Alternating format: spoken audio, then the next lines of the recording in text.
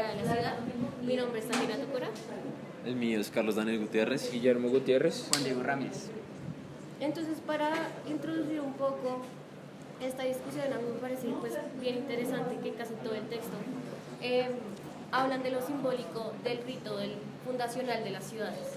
Entonces, como distintas figuras geométricas o distintas acciones representan como al universo o cómo se va a distribuir una ciudad en un terreno o en un espacio. Entonces, me parece que es pues, importante discutir acerca de esto. Pues a mí lo que se me hace importante es cómo, digamos, toman en cuenta el mandala y cómo es representado en la fundación de las ciudades, ¿no? Pero pues, digamos que ya tenemos bastantes ejemplos de tribus o sociedades que son fuertemente religiosas y que están guiados fuertemente por este tipo de pues, artefactos, si se podría decir. Entonces a mí se me haría interesante discutir cómo también la organización del mandala se ve reflejada en las sociedades como occidentales o un poco más modernas o pues un poco pues, a una escala un poco más grande, ¿cierto? Entonces se me hace que podríamos discutir por ahí el texto. Bueno, sí, yo creo que pues básicamente lo que se muestra en los variados ritos fundacionales que se exponen en la lectura son una serie de elementos muy similares que incluso en varias culturas se dieron en épocas similares.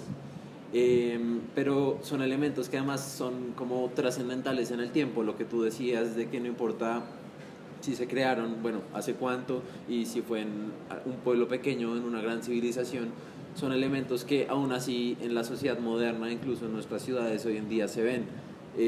Por ejemplo, el mandala, pues es como la esencia de lo que es hoy en día un plano arquitectónico de planta, que pues es la base organizacional, urbanística, digamos, de cualquier ciudad.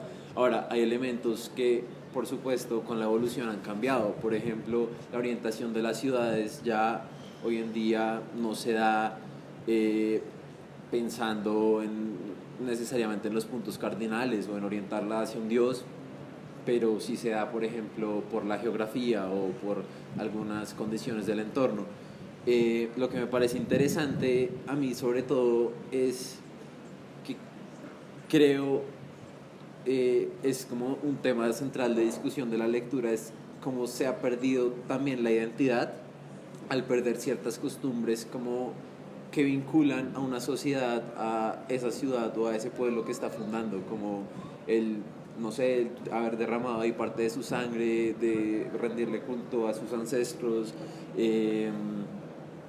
o tener un apego y una conexión sagrada muy relevante que involucra e identifica a toda la sociedad, y pues ese me parece que ha sido el mayor cambio. No sé qué opina.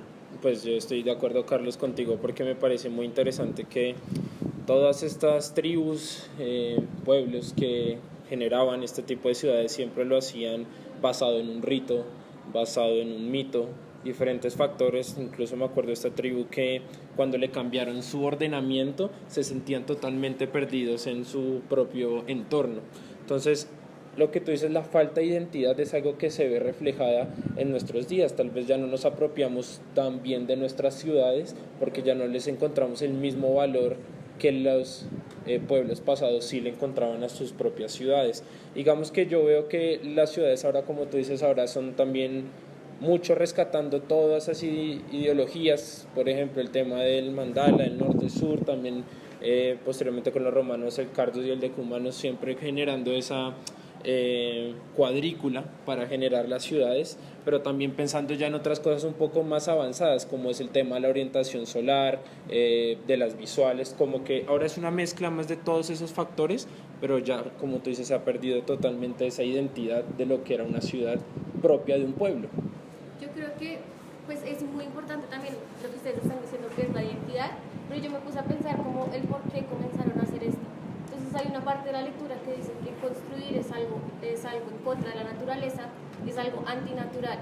Y hacen una analogía con los primitivos que cuando cazaban, pues ellos se sentían culpables de estarse comiendo a otro ser vivo. Entonces así fue como comenzaron a hacer estos ritos para quitarse, yo creo que es para quitarse como un poco la culpa de hacer algo, como lo dice la lectura, antinatural. Entonces siento que así comenzó como la búsqueda de lo sagrado en los ritos fundacionales, y asimismo se fueron desarrollando distintas cosas para crear lo que fue pues la identidad, y que estas culturas se sintieran como pertenecientes a un lugar y a un espacio. Eso sería para mí como una...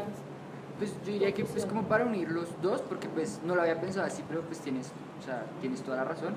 Y digamos que eso se puede ver reflejado en que al inicio las ciudades eran mucho más pequeñas, entonces digamos, tomemos el ejemplo de Bogotá, que al inicio pues Bogotá era una ciudad colonial pequeña que tenía su plaza, y pues cuando Bogotá era mucho más pequeña, la plaza era como pues el punto de reunión, la parte más importante, pero pues ahora Bogotá es una ciudad de casi 8 millones de personas, es mucho más extensa que antes, y pues, la plaza, que es la Plaza Simón Bolívar, pues ha perdido mucha importancia gracias a eso. Entonces podría ser pues por lo que tú dijiste, que por lo que han construido, pues se ha perdido pues esa naturaleza, y pues se ha ido en contra de la naturaleza, y por eso es que se ha perdido como ese valor fundacional de la ciudad. Digamos que ya para concluir, ¿están de acuerdo en que igualmente lo sagrado sigue siendo algo que es importante en el tema de la arquitectura y en este caso en el ordenamiento de una ciudad? Sí, ha tenido Yo su creo que sí, influencia. ha influenciado bastante profundamente las bases de cualquier tipo de arquitectura, como lo termina en últimas mostrando la lectura. Bueno,